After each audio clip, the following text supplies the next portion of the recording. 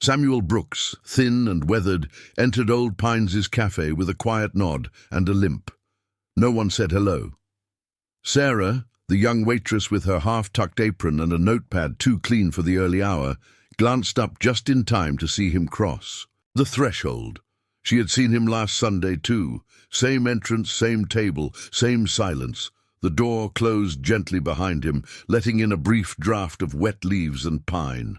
It was Veterans Day morning in Kingsburg, Oregon, and the cafe buzzed with its annual tradition, veterans receiving half-priced breakfast while locals made room for men wearing caps embroidered with ships, squadrons, and service emblems. But Samuel wore no hat, just a brown corduroy jacket buttoned high, charcoal gray slacks long stripped of their crease, and weathered black shoes dulled by years of use. His cane supported his careful steps as he made his way to table 9, his usual spot by the window, near enough to the coffee station to be noticed, but distant enough to remain in his quiet bubble. A few patrons lowered their voices as he passed, some casting sideways glances. One man muttered, "Looks like he just walked in from the junkyard." The others chuckled softly. Sarah hesitated behind the counter. She had only worked there for a month, but understood today's unspoken rules. Be polite, be quick, and avoid trouble. Yet something about Samuel unsettled the rhythm of the morning. She approached him with a gentle smile. "Morning, sir. Veteran special today is eggs, toast, and black coffee." Samuel simply nodded. "Yes, ma'am. Thank you." No mention of discount, just quiet gratitude. A few minutes later, Sarah returned with the tray. Samuel had already unfolded a napkin from his pocket, laying it precisely beside his utensils. He paid in exact cash, adding a $1 tip. Sarah lingered slightly, noticing how steady his hands were. As Samuel sipped his coffee, a well-dressed woman nearby whispered to the assistant manager, "Some of us are trying to enjoy breakfast with our grandchildren. Perhaps he'd be more comfortable outside?" The message was passed to Sarah, who, with a heavy heart, approached again. "Sir, I'm sorry, but a few guests asked if you might prefer the patio. It's quieter out there." Samuel looked up for the first time, not angry, just tired. "No trouble, miss." He rose slowly, balancing the tray in one hand and his cane in the other. Every eye in the cafe followed his journey to the patio, where cold metal tables awaited beneath an American flag gently flapping in the November breeze. Samuel chose a corner table with a view of the alley and rooftops. Carefully, he placed a yellowed photograph beneath his glass of water, protecting it from the wind. 2 young men in uniform smiled back from decades ago. Inside, a boy tugged on his father's jacket. "Why does that man walk funny?" His father leaned down and whispered, "Don't stare. He's just some old guy." From behind the counter, Sarah watched Samuel through the window, her throat tight as she noticed his untouched plate. For a brief moment, the clouds parted and sunlight illuminated his wrist. Beneath the frayed jacket cuff was a faded tattoo, a crest pierced by a dagger. The doorbell chimed as Daniel Carter entered the cafe. The former Navy SEAL was home for the holiday. The familiar scent of strong coffee, hash browns, and cinnamon rolls washed over him. Ordering coffee and bacon, Daniel turned toward the window and froze when he spotted the tattoo on Samuel's wrist. His heart stuttered. He had memorized that tattoo during SEAL training. Daniel approached Sarah. "Is it okay if I step out there?" Already moving, he didn't wait for her answer. The cold air hit as Daniel crossed the patio. He stood 2 feet from Samuel and respectfully asked, "Excuse me, sir, is that a wave crest and dagger?" Samuel's pewter-colored eyes met Daniel's. "It is." "Are you Brooks, Unit S-17? Samuel nodded slowly. "A long time ago, yes." Without hesitation, Daniel snapped into a salute, his posture precise and full of reverence. Inside the cafe, the entire room fell silent.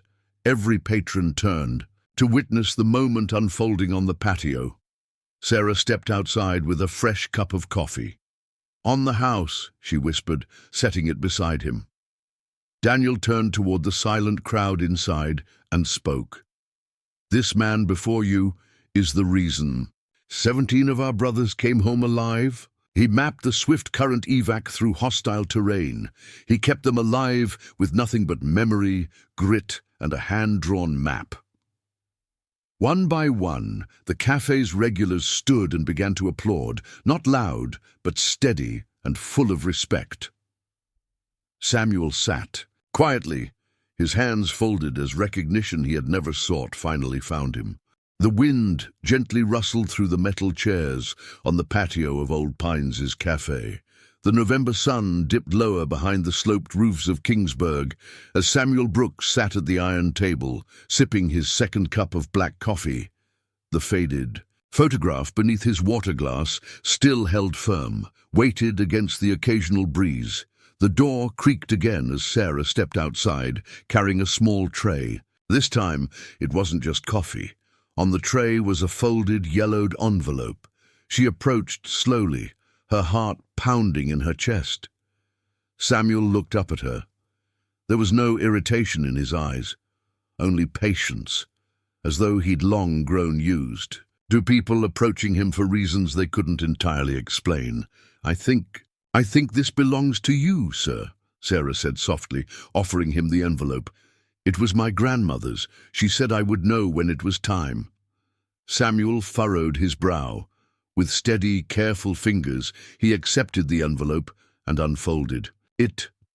The paper inside crackled, as though it hadn't been touched in years.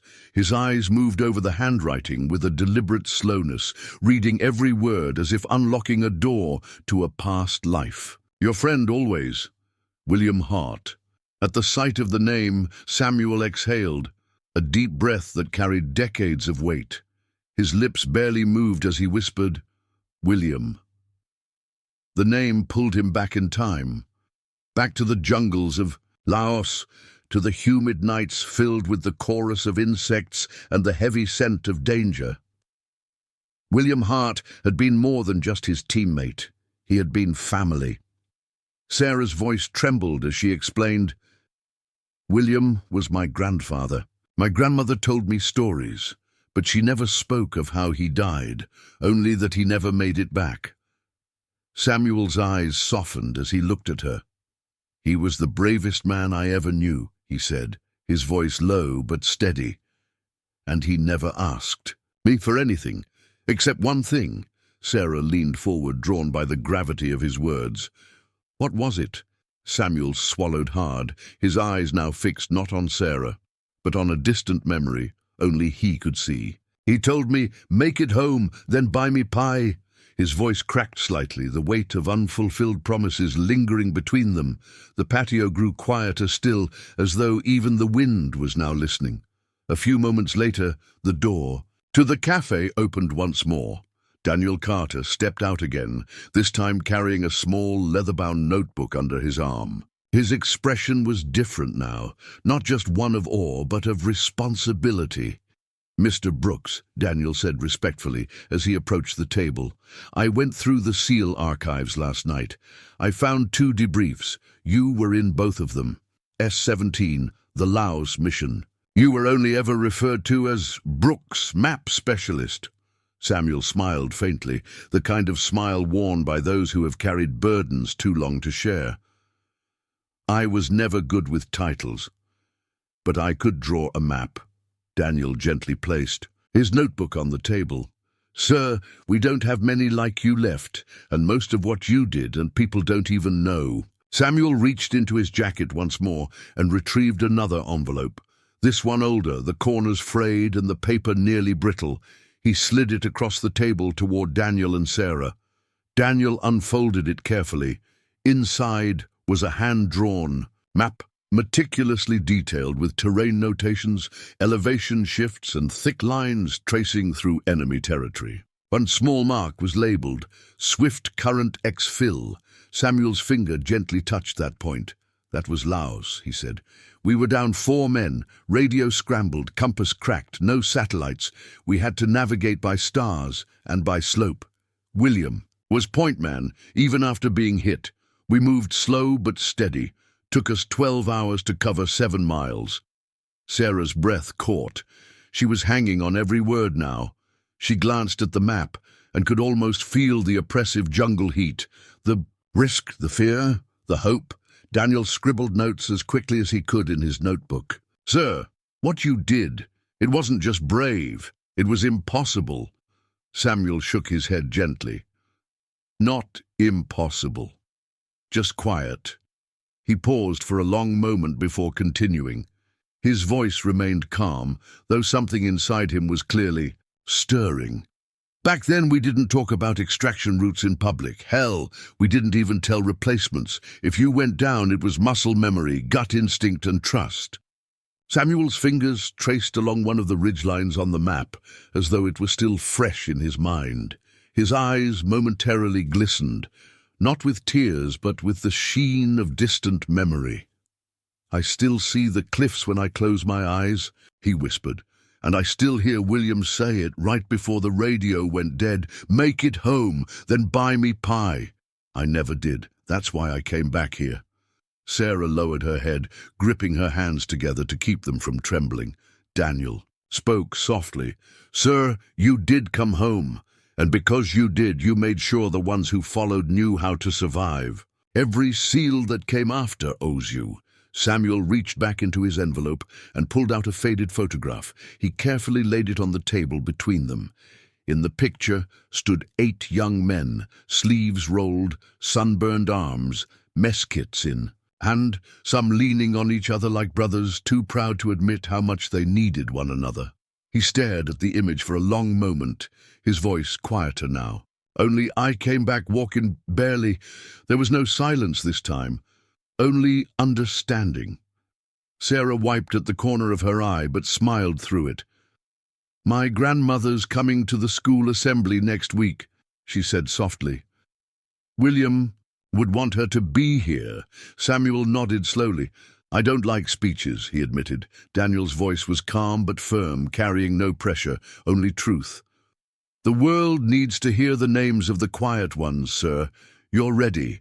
A week later, Samuel sat alone beneath the great oak behind Old Pine's cafe, the tree older than even the town itself. Its gnarled roots gripped the earth like ancient fingers. Afternoon sun warmed the golden leaves above, casting soft shadows across the iron table. Sarah arrived quietly, carrying a small woven tray with a thermos of warm cider, 2 paper cups, and thick slices of pumpkin loaf wrapped in napkins. Without a word, she set it down and took her seat. She didn't want to disturb whatever silence Samuel had chosen today. "You didn't have to bring all this," Samuel finally said, his voice calm but not cold. "It's not from me," Sarah replied with a small smile. "It's from Martha, in the kitchen. She said you used to fix her dad's truck for free." Samuel gave a soft grunt, neither confirming nor denying the memory, and poured cider into 2 cups. The warmth seeped into their hands as they sat in peaceful quiet, sharing not just drinks but understanding. Daniel joined them shortly after, wearing casual khakis and a windbreaker embroidered with the SEAL trident. With him were 6 young recruits, clean-shaven, straight-backed, eyes sharp, watching the man whose name they had only heard whispered in training.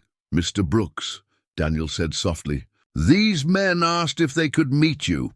The recruits stepped forward one by one, each pausing to nod respectfully. None spoke, none needed to. Samuel's eyes passed over them like a father seeing the next generation of sons. He nodded back, eyes steady. Daniel set his notebook on the table. "Sir, after next week's assembly, your story will finally be recorded where it belongs." Samuel exhaled slowly and simply said, "It's not about me." "It never was," Daniel agreed. "That's exactly why it matters." They sat there, beneath the oak, as the golden afternoon settled around them, 3 generations bound not by blood, but by service, by sacrifice, and by silent promises kept across decades. And for the first time in many years, Samuel Brooks did not feel like a man sitting alone. The crisp November morning unfolded like a ceremony itself. Clouds hung heavy, yet broke just enough to let shafts of gold spill through onto the small town of Kingsburg. Scarves wrapped tightly, boots pressing into the still wet pavement, and the faint scent of wood smoke drifted on the breeze. The gymnasium of Kingsburg Elementary was filled to capacity. Folding chairs stretched in even rows, each seat filled with students, teachers, parents, and veterans. The murmurs were polite, subdued. Everyone seemed to sense that today wasn't simply another school assembly. A large banner hung over the stage, remembering the quiet ones. At the front sat two displays. On one easel, a photograph of 8 young men in uniform, sunburnt and grinning under a blinding jungle sun. Their sleeves rolled, their faces young, full of unspoken fear but unmistakable camaraderie. On the other easel, a carefully preserved hand-drawn map. The once fragile document now safely framed, its faded ink still sharp enough to trace riverbeds, slopes, and that small handwritten notation. Swift Current Exfil, Laos, 1971. Beside the stage stood Mr. Harrison, the retired schoolteacher, who had quietly coordinated much of today's event. His clipboard tucked under one arm, he scanned the crowd with quiet pride. He had taught many of the parents here, and years ago he had taught Sarah's mother as well. The buzz of conversation faded as Daniel Carter stepped forward. Dressed sharply in his Navy SEAL dress blues, Daniel stood confidently at the podium. He paused, allowing the respectful hush to deepen. "This town is lucky," Daniel began, his voice strong but sincere. "We're about to hear a story that was never meant to be heard. A story that didn't chase medals, didn't fill books, but changed lives. 17 men came home because of one." He turned slightly, his eyes shifting toward the man seated behind him. Samuel Brooks rose slowly. He wore no uniform, no ribbons pinned to his chest. Just his brown corduroy jacket, freshly pressed for the occasion, and sturdy black shoes, carefully shined for the first time in years.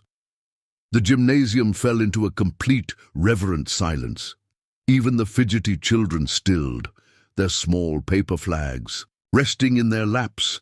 Samuel stood at the microphone, both hands resting gently on the wood, as though steadying not his body, but the weight of memory itself. "My name is Samuel Brooks," he began. "I served with SEAL Unit S-17. His voice was calm, but underneath it trembled something alive. Not fear, but the rawness of memory surfacing after years of being locked away.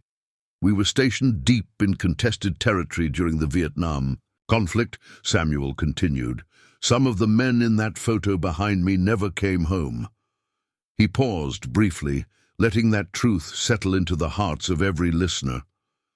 "I'm not here to tell you war stories.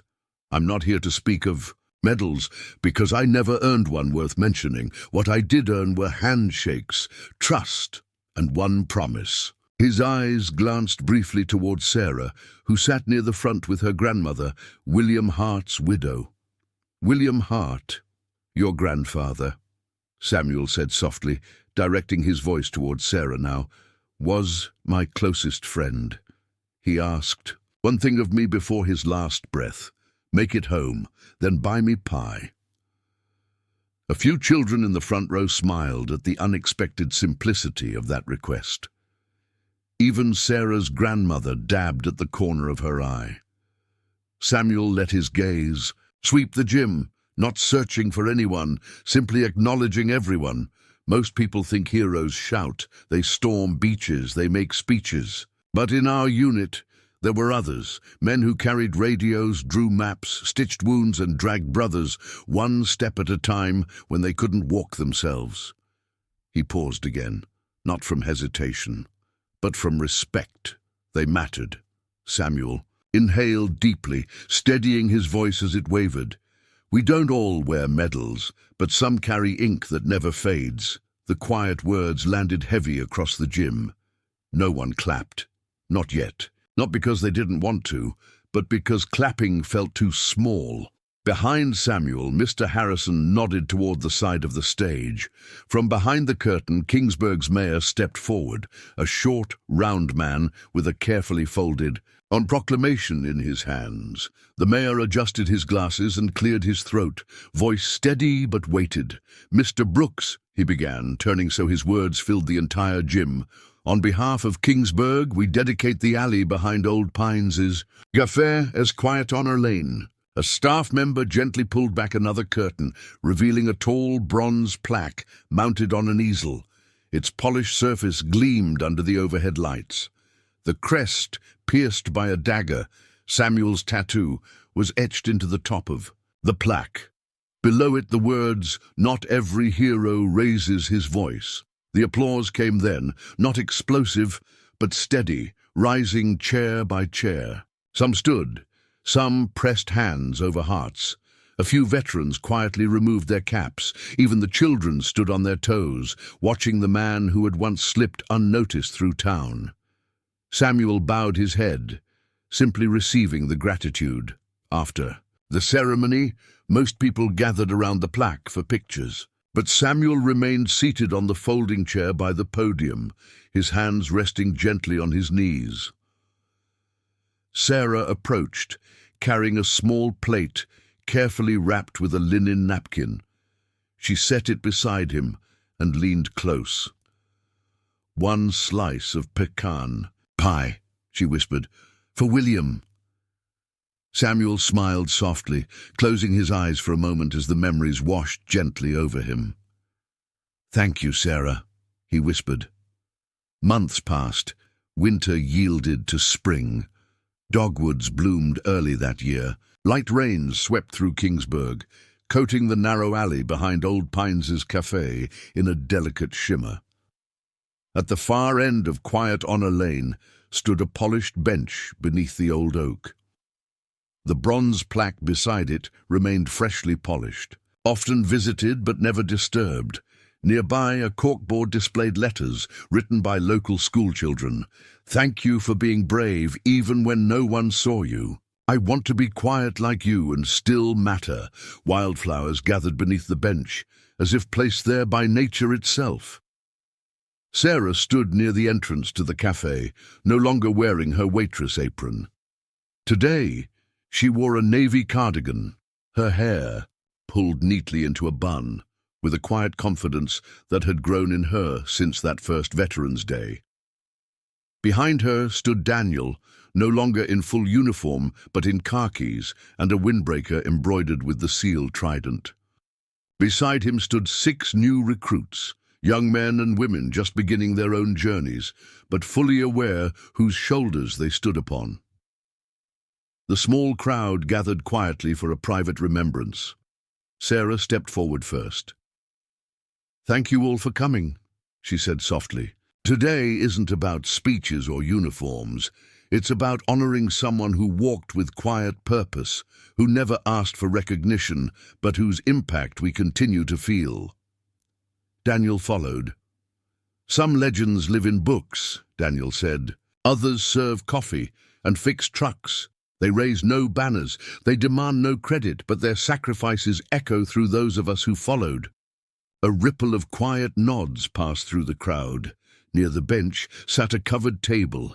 Sarah gently pulled the cloth away, revealing a gleaming prosthetic leg mounted on a velvet pad. The titanium shimmered under the soft morning light. On its side, an engraving, "For the one who walked so others could." Gasps weren't audible, but many straightened their backs instinctively, hands finding hearts. Daniel guided the young recruits forward. One by one they paused before the leg, placing a respectful hand over the engraved crest. Not a formal salute, but quiet recognition. Then they stepped back, their heads bowed briefly. At the end of the line, Sarah approached a small shrine. Beside the bench, framed was Samuel's photograph, in uniform now, the once faded napkin with William's handwriting preserved behind glass. Next to it rested the yellowed envelope, the letter that had brought them all together. Sarah carefully added one final piece. a small folded letter she had written herself, addressed simply, "To the quiet ones." She whispered, barely audible, "But fully present, we see you now." The wind stirred gently, rustling branches and lifting the corner of the napkin for a brief moment. Underneath, the words remained etched like a quiet anthem. "Silence, when true, speaks forever." The gathering stood still for a few moments longer, allowing the breeze and the memory of Samuel Brooks to settle like soft spring rain across Kingsburg. In that quiet town, the once forgotten man at table 9 was no longer unknown. His chair might be empty, but his legacy, like the map he once drew, continued to guide others long after his steps had faded.